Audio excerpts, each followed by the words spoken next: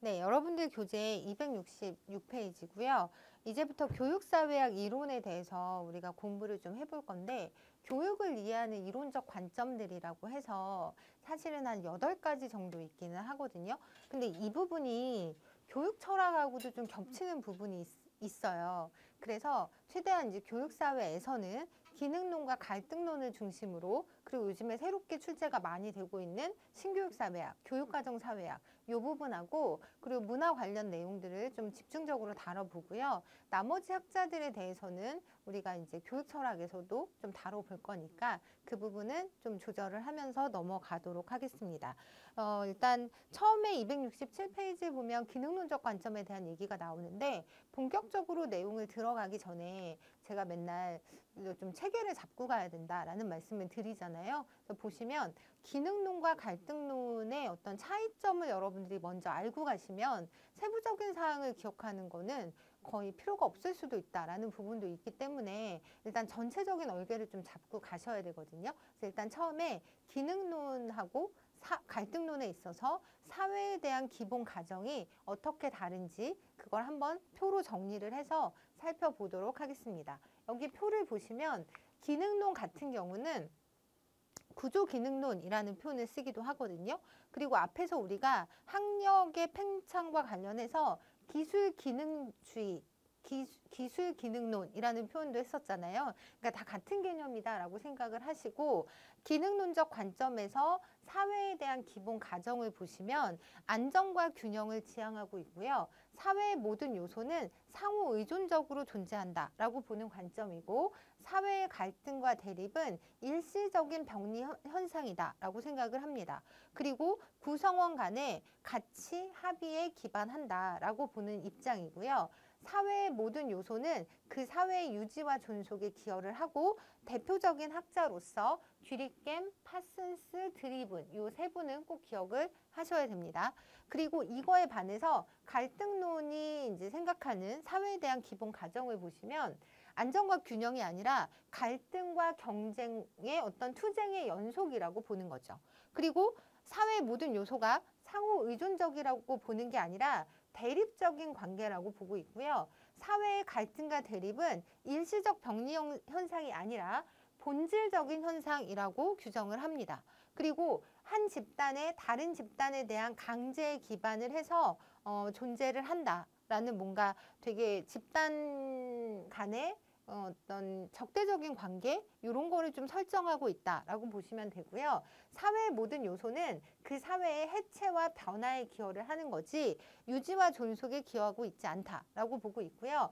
마르크스, 번스타인, 부르디외 등을 여러분들이 꼭 기억을 하셔야 됩니다. 지금 보시면 완전 반대되는 개념이잖아요. 그리고 뭐 이름 자체도 기능론인 반면에 갈등론적이라고 얘기를 하기 때문에 이쪽에 여러분들이 이 부정적인 개념의 키워드를 다 포함시켜서 이해를 하시면 좋을 것 같아요.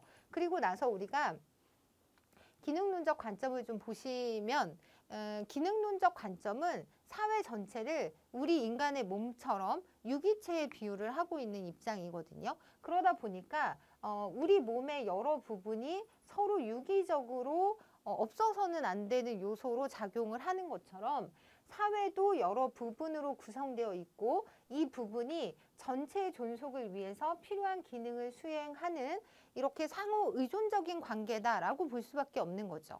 그리고 이 사회는 항상 안정을 유지하려는 속성을 지니고 있으며 어떤 충격에 의해서 안정이 깨트려지면 이를 회복하기 위해서 노력을 한다. 그리고 우리가 지금 사회에서 보고 있는 계층이라고 하는 건 기능의 차이에 바탕을 둔 차등적 보상 체계의 결과지 이게 불평등한 것은 아니다라고 보는 거고요.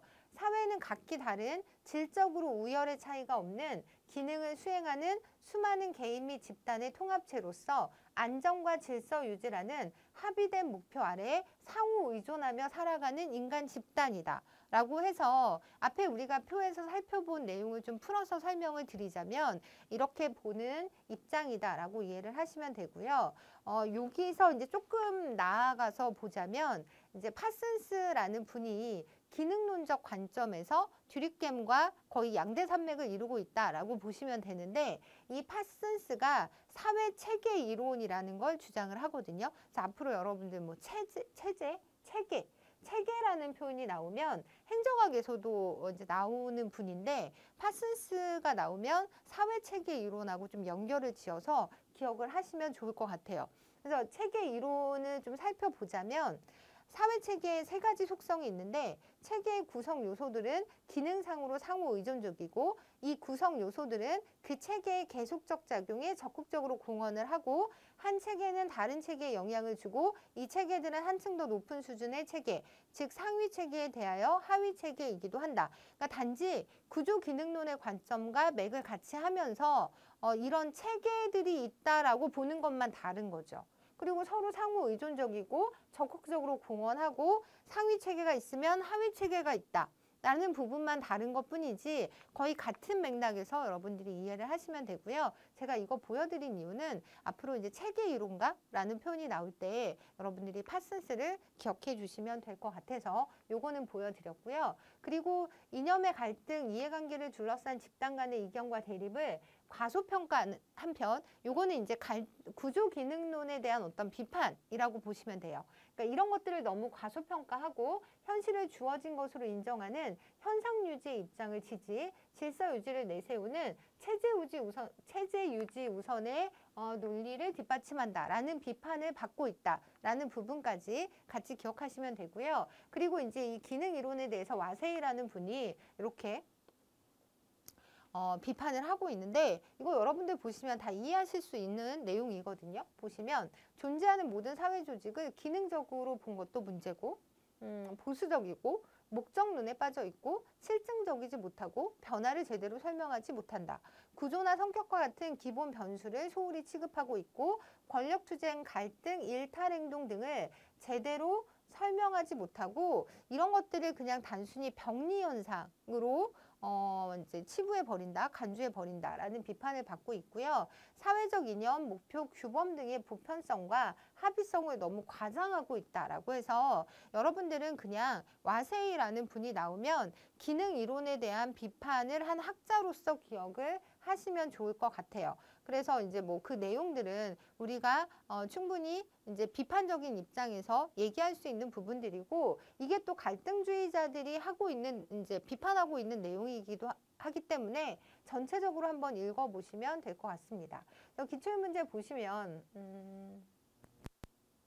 학교 교육에 대한 기능론적 관점으로 옳은 것만을 보기에서 모두 고른 것은 이런 문제 정말 셀 수 없이 수도 없이 많이 나왔잖아요. 그래서 구조기능론, 갈등론을 여러분들이 염두에 두시고 만약에 불평등을 심화한다라는 표현이 나오면 이건 불평등 갈등론이라고 생각을 하시고요. 그래서 여긴 해당이 안 되고 자본주의 이데올로기 요거 다 부정적인 측면이잖아요. 그래서 얘는 갈등론의 입장이고 개인의 능력에 따라 합리적으로 분류 선발 배치한다. 요거 교육의 기능을 긍정적으로 보고 있고요. 사회 구성원에게 보편적 가치를 내면화시켜서 구성원의 동질성을 확보한다. 교육의 기능을 사회화로 보고 있잖아요. 그래서 디귿과 리을을 여러분들이 고르시면 되는 문제였습니다. 그래서 이런 문제들 많이 나오고 있으니까 두 가지를 이제 여러분들이 나눠서 기억하시는 게 제일 중요합니다. 2022년도 교육청 문제를 보시면 가나에 들어갈 말을 바르게 나열한 것은 이라고 해서 학교가 개인을 사회적 존재로 성장시킨다고 본다. 되게 긍정적인 관점이잖아요. 그리고 능력주의에 따라 학생을 선발하고 교육 수준에 따라 인재를 적재적소에 배치하는 기능을 한다. 그러면 이게 이제 기능주의적 관점의 얘기고 기술 기능론에서 했던 얘기를 그대로 하고 있잖아요. 반면 학교가 기존의 불평등한 계층 구조를 불평등 재생산 키워드가 나오면 갈등론적 관점이다라고 생각을 하셔서 얘는 1번이었고요. 학교는 교육 내용뿐만 아니라 교육 분위기 등을 통해 기존의 계층 구조를 정당화, 불평등 재생산 정당화 이 키워드가 나오면 갈등론적 관점이다라고 생각을 하시면 될 것 같습니다.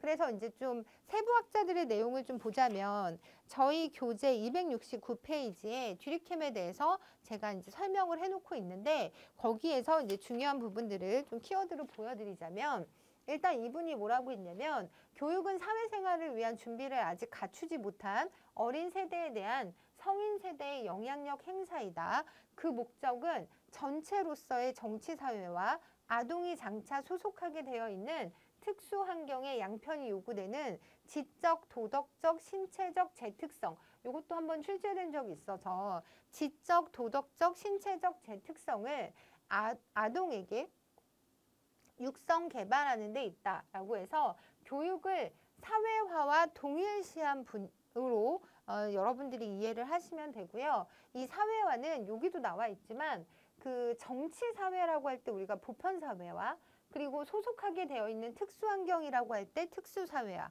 이때 특수사회화는 직업교육으로 보셔도 무방합니다. 그래서 보편적 사회화라고 하는 건 한 사회의 공통적 감성과 신념, 즉 집합의식이라고 하는 것을 새로운 세대에 내면화시키는 것을 말하고요. 이를 통해 그 사회의 특성을 유지하고 그 구성원들의 동질성을 확보하는 걸 우리가 보편적 사회화라고 얘기를 합니다. 특수사회화는 개인이 속하게 되는 특정 직업세계와 같은 특수 환경이 요구하는 신체적, 지적, 도덕적 특성의 함양을 가리킨다라고 해서 사회가 점점 이제 분화가 되고 다양한 직업 교육이 불가피한 상황이잖아요. 그리고 전문화된 교육이 증가하면 할수록 이제 막 그런 교육들이 되게 필요한 건 맞는데 그럼에도 이런 상황에서도 사회 전체의 동질성 유지를 위한 보편 교육이 필수적이기 때문에 교육의 핵심을 이룬다고 해서 이 둘 중에서는 여전히 보편적 사회화가 중요하다라고 말씀을 하셨다라는 것까지 여러분들이 체크를 하시면 좋을 것 같아요. 네. 그리고 문제를 보시면 바르게 나열한 것은 이라고 해서 사회화를 보편적 사회와 특수사회화로 구분하면서 그럼 우리가 지금 살펴본 주리캠을 여러분들이 선택하시면 되고요. 도덕교육을 강조했어요. 그리고 사회의 동질성을 유지하기 위해 한 사회의 공통적인 감성과 신념, 집단의식을 새로운 세대에 내면화시키는 요거는 이제 보편적 사회화에 대한 얘기잖아요. 그래서 여러분들이 2번 선택하는 되는 문제였고요. 문제 가지고 이제 정리를 계속 해보도록 하겠습니다. 보시면 제가 이제 아까 파슨스 하면 여러분들이 이제 체계 이론가로서 별도로 좀 체크를 하시면 좋다라는 말씀을 드렸는데 사회화는 장차 성인이 되어 담당하게 될 역할 수행에 필요한 정신적 자세와 자질을 기르는 것이고 사회화에 대한 얘기를 하고 이건 주리캠하고 마찬가지예요. 그리고 학교 교육은 지배와 종속의 관계를 유지시켜주는 역할을 한다. 지배 종속의 관계, 불평등, 재생산, 정당화는 구조기능론하고는 관계가 없는 내용이니까 이건 좀 빼주고요. 역할을 담당할 인재를 선발해서 적재적소에 배치하는 것이 교육의 중요한 기능이다 해서 기업과 디귿을 여러분들이 골라주시면 되는데 이 파슨스는 교육의 기능으로 선발을 되게 중시하셨던 분이거든요. 그래서 이제 사회적 선발, 교육을 통한 어떤 선발 요거를 되게 중요하게 생각한 분으로 추가해서 여러분들이 정리하시면 좋을 것 같아요. 그리고 세 번째가 드리븐인데 드리븐은 학교에서 습득하는 가치에 주목을 하고요. 학교의 사회화 기능을 설명하면서 뭐라고 얘기를 하냐면 학교에서 학생들이 공통적으로 이제 습득할 수 있는 규범들이 있다. 학교라고 하는 특수한 상황에서 요런 4가지 그 습득할 수 있는 규범들을 이제 제시를 하시거든요. 그러니까 요런 4가지 규범을 우리 학생들이 학교를 통해서 얻어갈 수 있다라고 얘기를 한 거죠. 첫 번째가 뭐냐면 독립성이라고 해서 왜 학교에서 학생들이 과제를 스스로 처리하고 독립적으로 시험을 치르고 자신의 행동을 책임을 져야 하잖아요. 이걸 통해서 학생들이 독립성이라는 규범을 얻을 수 있다는 거죠. 배울 수 있다는 거죠. 그리고 두 번째는 최선을 다해서 높은 성적을 받는 과정을 통해서 성취의 중요성을 알게 되고 동일 연령의 학생들이 같은 학습 내용과 과제를 배움으로써 보편주의를 배우게 됩니다. 그리고 이거 좀 반대 개념이긴 한데 학년이나 학교의 수준이 높아지면서 흥미와 적성에 맞는 분야에 한정해서 그 분야의 교육을 집중적으로 수행함으로써 특정성이라는 규범을 배우게 된다라고 해서 이 4가지의 규범이 무엇인지 그리고 이 규범들이 어떤 특징을 갖고 있는 그런 규범들인 건지를 같이 기억하시는 게 좀 중요하거든요. 예전에 2011년도 국가직 문제 때 나왔던 문제이기도 하고 앞으로도 이런 형태로 물어볼 수 있기 때문에 여러분들이 정리를 해 놓으시면 좋을 것 같고요. 학생들은 시험에서 부정행위를 했거나 표절했을 때 제재를 받는다는 사실을 통해서 이 규범을 익히게 되는데 이 규범에 적응함으로써 학생들은 자신들의 행위에 대해 개인적으로 책임져야 한다는 것을 깨닫게 된다. 자기 자신이 개인적으로 깨닫는 거잖아요. 책임을 지는 거잖아요. 그래서 여러분들이 독립성을 선택하시면 되는 문제였고요. 나머지 것들도 여러분들이 기억하고 계셔야 된다라는 말씀을 다시 한번 드리고요. 우리는 이제 구조기능론을 지나서 275페이지에 갈등론적 관점으로 넘어가도록 하겠습니다. 제가 그 수업 자체는 좀 빨리 진행을 하고 있잖아요. 그러니까 워낙 시험에 나올 만한 내용 위주로 설명을 드리다 보니까 이렇게 좀 말씀을 드리는 건데 중간중간에 빠진 부분들은 기본서에 있는 내용으로 여러분들이 개인적으로 읽으시면서 제가 아까도 말씀드렸지만 읽고 오셔서 수업을 듣고 키워드 쓰시면서 전체적으로 한번 읽고 이 과정이 좀 들어가야 여러분들이 듣고 잊어버리는 일이 안 생길 것 같고요. 저는 이제 반복적으로 수업을 들어라 라는 얘기보다는 수업을 한번 들을 때 그러니까 기본서를 읽고 수업을 좀 집중해서 들으시고 키워드까지 써서 여러분들 걸로 좀 정리를 해서 가시는 게 중요한 것 같아요. 이 강의를 또 두 번, 세 번 듣기는 여러분도 시간적으로 다른 것도 많이 하셔야 되잖아요. 그러니까 책을 읽고 수업을 들으시길 다시 한번 말씀을 드리면서 우리는 이제 갈등론적 관점으로 넘어가도록 하겠습니다. 제가 아까 갈등론, 구조기능론에 반대되는 개념이고 갈등론에서는 재생산이라는 키워드, 그 다음에 정당화, 불평등 이런 것들을 좀 기억하자. 라고 말씀을 드렸잖아요. 그러니까 인간이 소유하고자 하는 대상물은 제한되어 있고 인간의 소유욕은 무한한데 이 모순을 해결할 길이 없어서 인간 간의 경쟁과 갈등이 불가피하다라고 전제하는 입장이고요.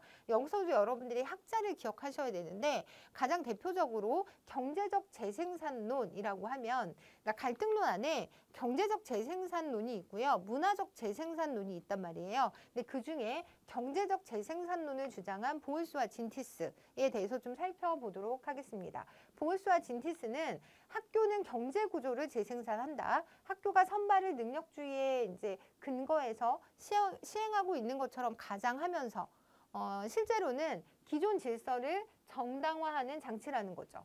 학교가 자본주의 경제 구조를 재생산할 수 있는 것은 학교 교육과 경제적 생산 체제가 서로 상응하기 때문이다 라고 설명을 하거든요. 일단 자본주의 경제 구조를 그대로 재생산하는 게 학교다. 그렇기 때문에 우리가 경제적 재생산론이라고 부를 수 있는 거고요. 근데 이 이유는 뭐냐면 학교 교육과 경제적 생산 체제가 서로 상응하기 때문에 이게 가능하다라고 해서 다른 말로 상응 이론이라는 표현을 쓰기도 합니다.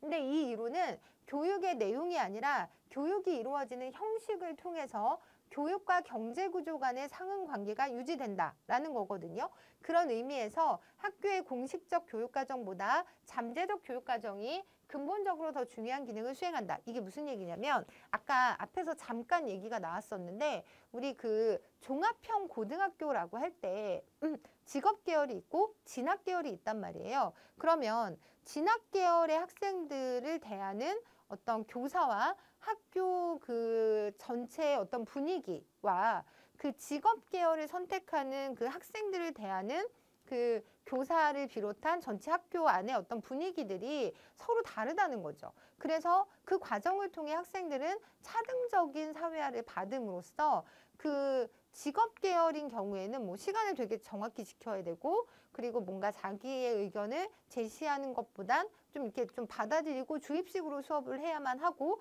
뭐 이런 분위기들이 실제 직업 현장에 나갔을 때 그대로 이어질 수밖에 없는 그런 것들을 미리 배우게 된다는 거죠. 그래서 얘는 그 교육과정의 내용이 중요한 게 아니라 교육과정이 이루어지는 형식에서 비롯되는 차등적 사회하고 그러다 보니까 우리가 이걸 또 교육 과정에 들어가면 잠재적 교육과정이라는 걸 배울 거거든요. 그래서 의도하지 않고 은연중에 학습하게 되는 어떤 그 교육과정이라고 해서 잠재적 교육과정을 앞으로 배울 건데 그 안에서 잠재적 교육과정과 이 보울스와 진티스의 이론이 연결이 돼서 이 보울스와 진티스의 경제적 재생산론의 입장에서는 잠재적 교육과정이 이 역할을 하고 있다는 거죠. 그런 차등적 사회화의 역할을 잠재적 교육과정에서 이제 그런 것들이 이루어지고 있다라고 볼 수 있다라고 이해를 하시면 될 것 같습니다. 그래서 이것도 이제 문제를 보면서 좀 정리를 할 건데, 문제를 보시면 다음 주장을 한 학자는 이라고 물어보고 있고요. 학교는 자본주의 사회관계 유지에 필수적인 통합 기능을 수행하는 기관이라고 보았다. 그래서 자본주의적 사회관계의 유지 뭐 이런 얘기가 나오면 우리는 보울스나 진티스거나 번스타인과 영과 같은 갈등론적 입장의 학자를 여러분들이 떠올리셔야 되고요. 그리고 경제적 재생산이라고 하면 얘는 문화적 재생산론의 입장이기 때문에 여러분들이 경제적 재생산론이라는 단어를 듣자마자 보울스와 진티스를 선택하셔야 되거든요. 개념을 사용해서 학교 교육이 자본주의 경제체제를 재생산하는데 어떻게 기여하는지 그 메커니즘을 설명하고자 하였다. 학교 교육 체제에서 학생이 미래에 차지할 경제적 위치를 반영해서 차별적 사회화가 이루어진다고 주장을 하셨던 분이다 라고 정리를 하시면 될 것 같아요. 그리고 이제 세 번째로 저희가 살펴볼 학자가, 그러니까 여러분들 교재에 보면 마르크스가 갈등주의 이론의 가장 대표적인 분이잖아요. 근데 제가 일단은 마르크스를 제외하고 그 부분을 여러분들이 좀 책을 통해 이해를 하시면 좋을 것 같고요. 그러니까 제가 뭔가 시험에 나왔거나 기출문제에 나오거나 앞으로 계속 나오는 부분들에 관해서는 PPT로 많이 보여드리고 있는데, 그 연결고리로서 되게 중요한 내용들은 이제 시간적인 부분도 있다 보니까 제가 좀 생략하고 진행을 하잖아요. 그래서 그 부분은 여러분들이 책을 보셔서 참고하시면 될 것 같고요. 1번이 마르크스였고 2번에 보울스와 진티스에서 제가 목차 안에도 경제적 재생산론이라는 타이틀을 붙여놨으니까 꼭 기억하시고요. 그리고 세 번째가 이제 우리가 알티세르라고 해서 지금 설명할 이제 분이고요. 그 전에 저 여러분들 278쪽에 알티세르 그 윗단계를 보시면 거기에 제가 그 좀 진하게 되어 있는 부분을 중간에 보시면 학교가 자본주의 경제 구조를 재생산할 수 있는 것은 학교 교육과 경제적 생산 체제가 서로 상응하기 때문이라고 설명한다라고 해서 제가 상응 이론 설명했던 부분 그 내용이 들어 있고요. 요거는 제가 이제 PPT로 보여드렸던 내용이고, 그 밑에 그 학교의 사회적 관계 그리고 생산 작업장의 사회적 관계 간의 상응이 다음에 4가지 일치성에 의해서 이루어진다라고 해서 4가지가 나오거든요. 하나만 보자면 노동자가 자신의 작업 내용을 스스로 결정할 수 없듯이 학생들도 자기가 배워야 할 교육 과정에 대하여 아무런 결정권을 갖지 못하잖아요. 그러니까 이런 것들이 이제 몸에 내재화가 되면 직업 현장에 나가서도 내가 뭔가를 결정하려는 시도조차를 아예 안 하게 될 거라는 거죠. 이렇게 분석을 하고 있고요. 그리고 뭐 둘째, 셋째, 넷째 부분도 여러분들이 한번 읽어보시면서 이런 이유로 번스타인이 그 학교의 그런 사회화가 그 전체 자본주의 사회 체제를 유지하는데 되게 기여를 하고 있는 부분이다. 그래서 경제적 재생산론을 주장했구나라고 이해를 하시면 좋을 것 같습니다. 그리고 우리 이제 278쪽에 알티세르로 넘어갈 건데, 알티세르 하면 가장 중요한 게 그 이념적 국가기구, 억압적 국가기구와 이념적 국가기구로 나눈 부분, 이 부분이 제일 중요하고요. 국가기구를 일단 억압적 국가기구랑 이념적 국가기구로 나누고 있는데, 이념적 국가기구는 우리가 원래 국가라고 할 때 주로 의미하는 거, 사법제도, 군대, 경찰, 정부 등으로 구성이 되고요. 그리고 이념적 국가기구라고 하는 건 종교, 교육, 가족, 법률, 정치, 노동조합 뭐 이런 문화로 구성되는 광범위한 것으로 규범과 가치에 관련된 모든 것을 우리가 이념적 국가기구라고 하고요. 여기에 교육이 들어간다라는 걸 중요하게 여러분들이 생각하셔야 됩니다. 그래서 이념적 국가기구가 작동해야 무리 없이 원만하게 재생산이 이루어지고요. 교육은 이념적 국가기구의 한 부분이지만 재생산에 있어서 핵심적인 기능을 수행한다라고 주장을 하셨다라고 정리를 하시면 될 것 같습니다. 그리고 나서 네 번째, 부르디에와 번스타인이라고 해서 이 두 분은 특별히 우리가 문화적 재생산론이라고 묶을 수 있거든요.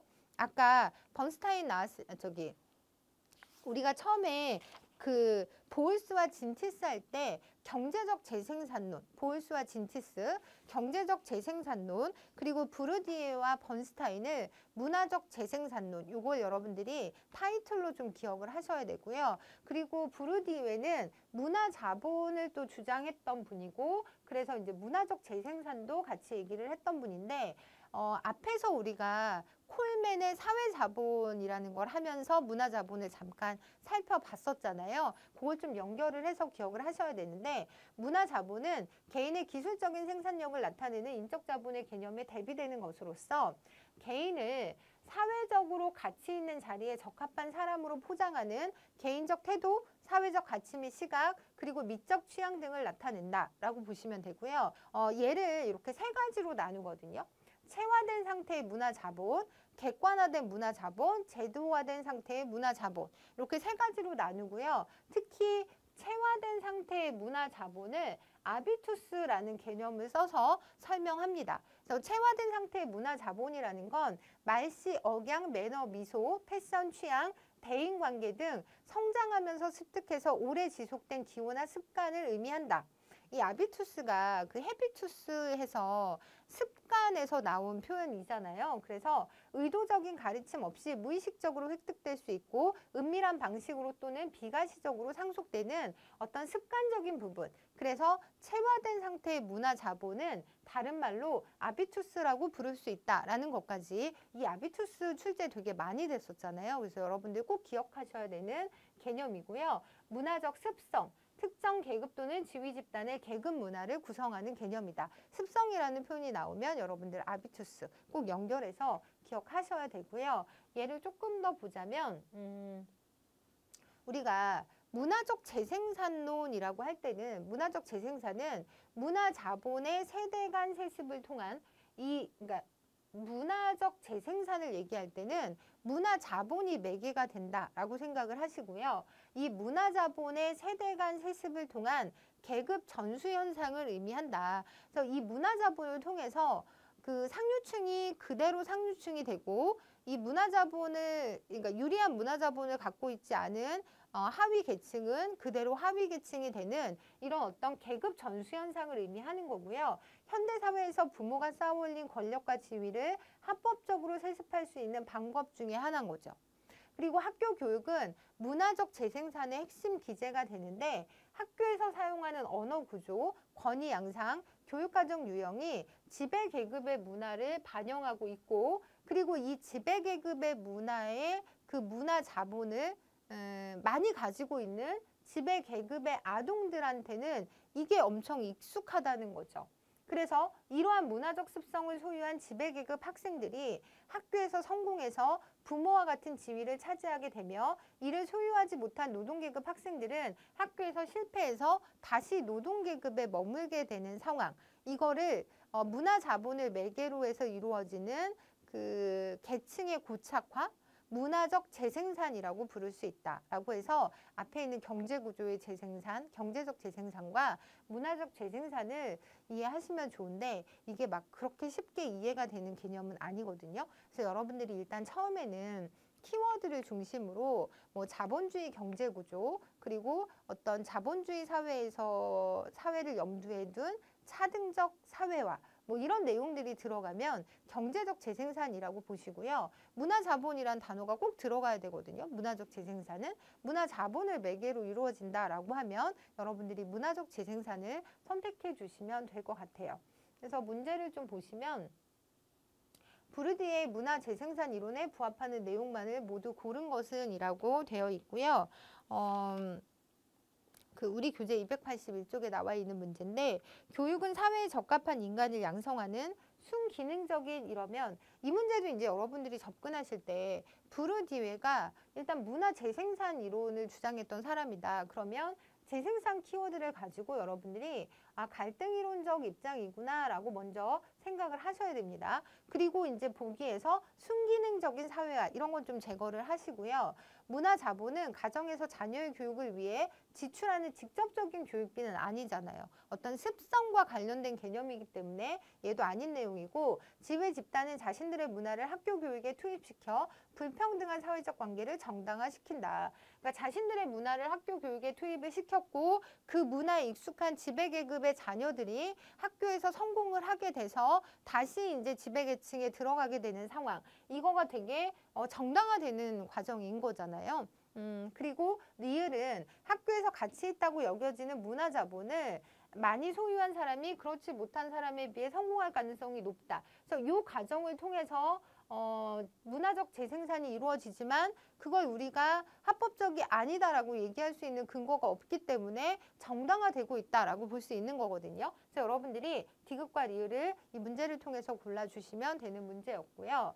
그리고 나서 이제 올해 국가직에도 이 문제가 나왔었잖아요. 보시면 몸에 각인된 행동거지, 말하고 생각하고 행동하는 방식으로 계급적 배경을 반영한다. 문화 자본의 일종이다. 그래서 이거는 되게 쉬운 문제로 여러분들이 받아들이셨을 것 같은데, 이렇게 아비투스를 묻는 문제들이 21년도, 24년도 자주 출제되고 있으니까 여러분들이 꼭 챙겨서 가져가셔야 되는 개념이고요. 나머지 보기들도 언제든지 나올 수 있는 개념이잖아요. 그래서 이것도 좀 살펴보자면, 우리가 패러다임, 이것도 좀 어려운 말이긴 한데, 어떤 한 시대 사람들의 견해나 사고를 지배하고 있는 이론적 틀, 개념의 집합체. 그래서 뭐 패러다임을 바꿔야 된다라는 얘기를 좀 하기도 하는데, 일단 패러다임이라고 하면 이론적 틀, 사람들이 생각하는 이론적 틀이라고 보시면 되고요.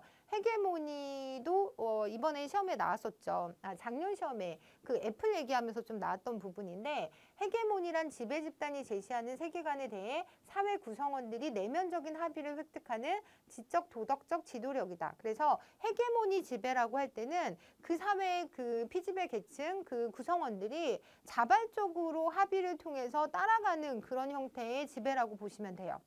되게 어떻게 보면 리더 입장에선 굉장히 이상적인 그런 지배 방식이라고 보시면 되는데, 그래서 헤게모니는 내면적인 합의라는 표현이 꼭 들어가야 되는 부분. 그리고 이데올로기란 어떤 개인이나 사회 집단이 인간, 자연, 사회에 대해 규정짓는 추상적이면서도 이념적인 의식의 형태, 이념이나 사상으로 번역될 수 있다라고 해서 이데올로기, 이념, 사상 이렇게 연결해서 이해하시면 될 것 같아요. 그리고 두 번째, 그 문화적 재생산 안에서 브루디에를 살펴봤다면 이제 번스타인에 대해서 보실 건데, 번스타인 같은 경우는 언어 양식에 대해서 연구를 하셨던 분이고, 이 언어 양식과 학업적 성취의 관계를 연구했던 분이거든요. 그래서 내용을 보시면 계층 재생산을 언어 형태와 인지 양식 등 문화적 관점에서 접근을 하고 있고요. 가정의 언어적 환경하고 학업 성취도의 관계를 연구해서 노동 계급이 학교에서 실패하고 있는 원인을, 그 메커니즘을 밝혔다라고 볼 수 있는데, 일단 노동 계급은 제한된 어법을 사용을 하고 있고, 중간 계급은 정교한 어법을 가정에서 사용한다. 그래서 일단 여러분들이 제한된 어법, 정교한 어법이라고 할 때 그 노동계급의 언어가 제한된 어법이다. 이건 뭐냐면 그 맥락을 떠나서는 이해가 안 되는 거죠. 전달이 안 되는 거죠. 예를 들면 여기 보면 뭐 어머님이 뜨개질을 하고 아들이 장난감을 가지고 막 놀고 있을 때 전화벨이 울려요. 그러면 이제 엄마가 전화 수화기를 들고 아들에게 이제 얘기를 하는 상황에서 만약에 중류계층의 어머니는 좀 조용히 해주겠니? 너가 떠들면 엄마가 전화를 할 수 없잖아 라고 얘기를 하거든요. 이거는 다른 상황에 가져가도 여기서부터 여기까지를 끊어서 다른 곳에 옮겨도 엄마가 전화를 하는 상황이고 아이가 떠들어서 전화를 못하는 상황이구나 라는 어떤 내용에 대한 이해가 된다라는 측면에서 맥락 독립적, 여기가 맥락 독립적이라는 거죠. 이 맥락을 떠나도 전달이 충분히 된다라고 볼 수 있는 거예요. 근데 만약에 여기서는 노동계층의 어머니가 시끄러워 닥쳐 이렇게 말을 하면 이게 어떤 상황인지 우리는 이 맥락 안에 들어가서야 많이 이게 전화 거는 상황에서 조용히 하라는 얘기구나 라는 거를 이해할 수 있다라고 해서 노동계급은 맥락 의존적인 대화. 네. 사실 맥락 의존적이다, 맥락 독립적이다 이것도 되게 어려운 개념이어서 여러분들이 요거가 이해가 안 되면 그냥 제한된 어법이다 보니까 그 맥락 안에서만 의미가 통한다. 근데 정교하고 세련된 어법은 그 맥락을 떠나서 그걸 딱 떼서 다른 곳에 가져가도 충분히 의미가 통한다라고 볼 수 있고, 우리 학교에서 교과서에서 나오는 언어 자체는 맥락 독립적이면서 정교하고 세련된 어법을 쓸 거 아니에요. 그러다 보니까 이러한 어법에 익숙한 아이들이 실제 학교 교육에 있어서도 되게 이해하고 잘 받아들이는 경향이 있다. 그게 또 학업 성취로 연결된다라고 분석을 하셨던 거죠.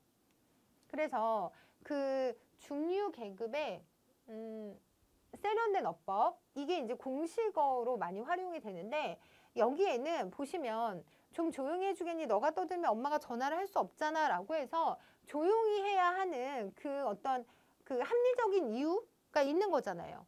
그 교육적 기능이 함축되어 있지만 노동계급의 뭐 시끄러워 닥쳐 막 이런 말은 합리적 이유를 제시하지 않고 단순히 행동을 지시할 뿐이기 때문에 교육적 기능이 결여되어 있다라고 볼 수 있는 거죠. 그래서 이런 어떤 언어 양식, 가정에서 쓰는 언어 양식에 따라서 아이들이 익숙한 어법이 있고 그 익숙한 어법에 따라서 학업 성취가 또 달라질 수 있다라고 주장하신 분이 번스타인이다라고 여러분들이 생각을 하시면 좋을 것 같고요. 그래서 학업 성취 격차에 관한 설명을 옳지 않은 것은 이라고 나왔을 때 문제를 보시면 번스타인은 가정에서 사용하는 언어의 특성이 학업 성취에 영향을 미친다 라고 얘기를 하셨던 분이에요. 그래서 옳지 않은 것은 1번이 답이고요. 나머진 다 맞는 내용인데, 부르디에는 문화자본 이론은 특정 문화에 익숙한 계층이 학업 성취에 유리하다고 설명한 거 맞고요. 사회자본 이론은 가정환경이 지역사회 및 학교와의 사회적 관계를 통해서 학업 성취에 영향을 미친다라고 해서 이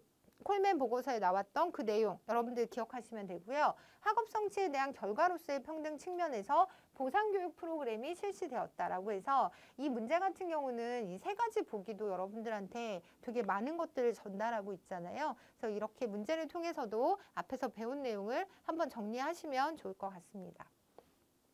네, 이번 문제 24년 국가직 문제였고요. 번스타인의 계층과 언어 사용에 대한 설명을 옳지 않은 것은 이라고 해서 학교 교육에서는 제한된 언어 코드가 많이 사용된다. 1번을 이제 여러분들이 답을 고르시면 되고, 학교에선 당연히 세련된 언어 코드, 정교한 언어 코드를 많이 사용하겠죠. 그리고 나머지는 다 옳은 내용인데, 학생의 출신 배경에 따라 사용하는 언어 방식이 다르다.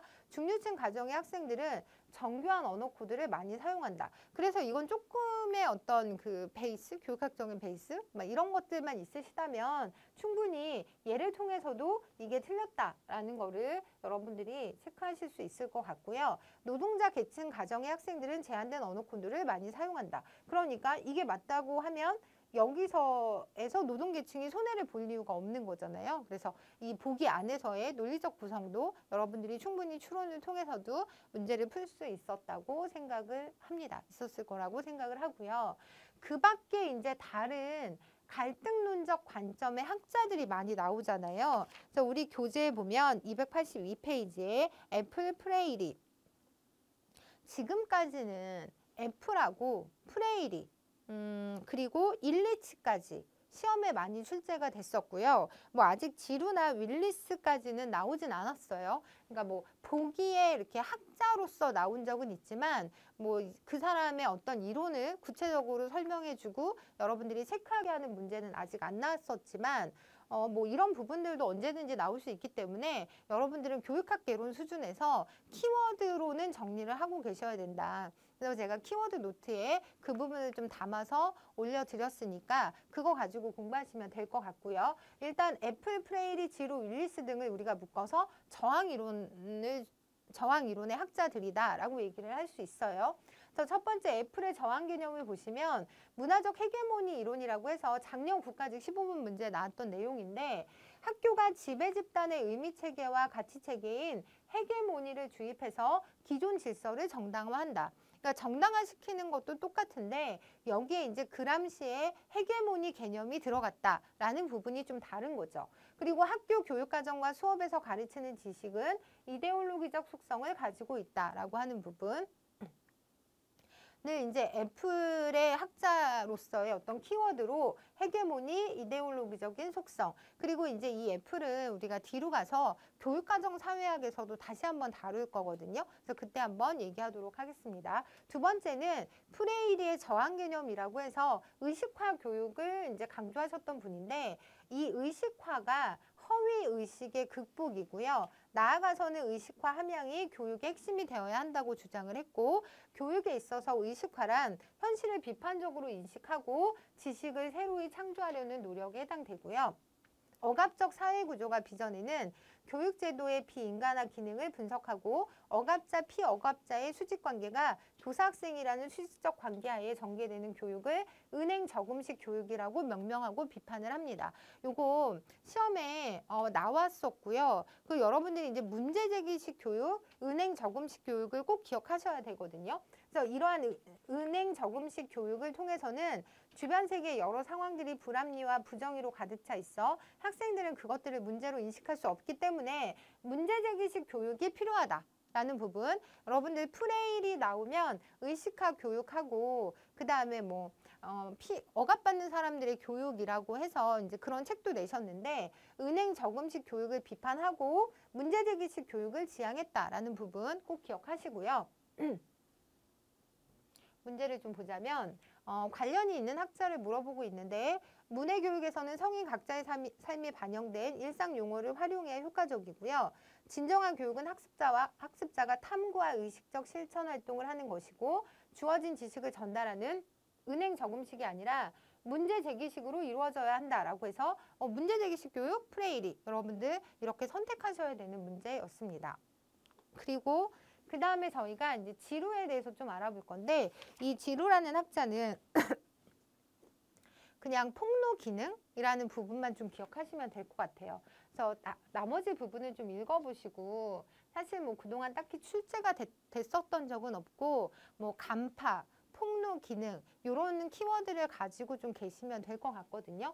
그래서 이제 내용을 좀 보시면 교육의 기능이 폭로 기능이 있다. 그러려면 이제 뭔가 간파를 좀 해야 되잖아요. 이제 그런 부분하고 연결해서 키워드를 좀 정리를 하시고, 그리고 이제 네 번째로 윌리스의 저항 개념을 좀 알아볼 건데, 반학교 문화라고 해서 윌리스는 저항 개념을 처음부터 부각시킨 사람으로, 그는 종합화된 고등학교에 다니는 일부 노동계급 학생들이 어떻게 해서 아버지와 같은 노동계급의 직업을 선택하게 되는가를 이제 막 그들이 집단적으로 형성한 하위 문화의 특성에 비추어서 기술을 했던 연구로 되게 유명한데, 일부 노동계급 학생들이 정신노동의 우위나 자유경제 이데올로기 허구를 직시하고 이에 저항하고 있다는 점을 드러냈고요. 인간의 주체성과 능동성을 부각시켰다는 점에서 재생산론의 한계를 일정 부분 극복했다. 이게 무슨 얘기냐면, 사나이 문화라는 표현도 좀 쓰거든요. 그래서 이제 밀리스가 밝힌 바에 따르면 그 노동계급의 자녀들이 다시 노동계급의 직업을 선택하는 게 그 경제구조의 재생산 때문에 어쩔 수 없이 그렇게 된 것이 아니라,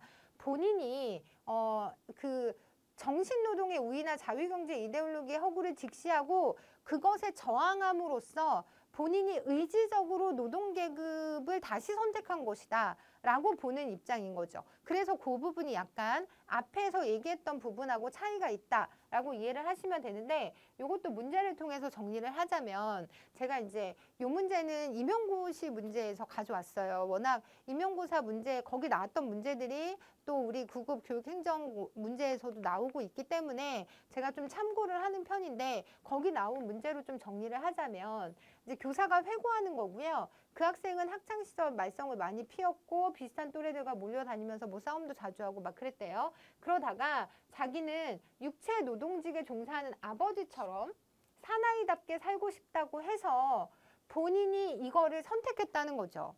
그러니까 뭔가 재생산론의 일환으로 어쩔 수 없이 수동적으로 그렇게 된 게 아니라, 자기가 의지적으로 스스로 진학을 포기하고 아버지와 같이 육체 노동직은 이제 남자답다 뭐 이런 이유로, 자기 나름의 이유로 선택을 했다는 거거든요. 그래서 이럴 때 우리가 이걸 저항이론, 대표적으로 윌리스의 저항이론을 생각해 볼 수 있다라는 걸 제가 좀 문제로 설명을 드리려고 보여드렸던 거고요. 그 다음에 우리가 봐야 되는 게 이제 카노이라는 사람의 종속이론.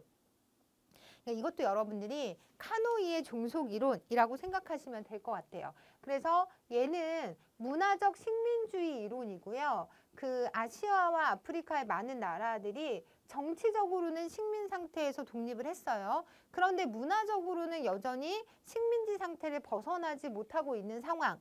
이런 어떤 문화적 종속이라는 상황을 이제 드러내고 있는 이론인데, 식민지 이후의 교육은 교육제도와 내용에 있어서 식민시대 유산을 지속하게 되고, 서구 중심으로 편성된 학교 교육과정은 신식민주의를 강화하는 역할을 하게 된다라고 해서 여전히 문화적으로 종속 상태가 이어지고 있다라고 주장하신 분이 카노이라는 분이다라고 이제 여러분들이 키워드로 정리를 하시면 될 것 같아요. 그리고 나서 이제 마지막으로 문제를 좀 보자면, 학교 교육의 기능을 보는 관점이 다른 것은 이라고 해서 이거는 관점을 물어보는 문제인데, 학교는 불평등한 경제 구조를 재생산한다.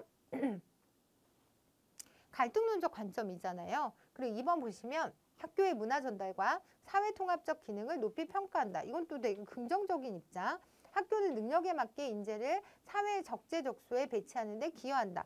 여기까지 보면 아, 답은 1번이구나. 얘는 구조 기능론적 입장이구나 라고 여러분들이 쉽게 정리하실 수 있을 거라고 생각을 합니다. 그리고 나서 이제 갈등 이론을 제가 좀 정리를 해드릴 건데, 갈등 이론이라고 할 때 이 전체적인 그림은 여러분들이 꼭 기억하셨으면 좋겠어요. 제가 이거를 키워드 분석 노트, 암기 노트 거기다도 이제 포함을 시켜서 제시를 했는데, 여러분들이 너무 방대하고 여기서 뭘 해야 될지 모른다고 하시면 적어도 요거 갈등 이론이 마르크스 이론을 기반으로 하고 있고요. 보이스와 진티스는 경제적 재생산론, 다시 말하면 우리가 상응 이론이라고 얘기할 수도 있고, 알티세를 하면 억압적 국가기구, 이념적 국가기구로 나누셔야 되고, 이념적 국가기구에 교육이 들어가서 재생산에 되게 중요한 역할을 하고 있다라는 부분. 부르디에 번스타인 하면 문화적 재생산론인데, 부르디에 외의 문화자본, 아비투스라는 개념과 함께 기억을 하시고요.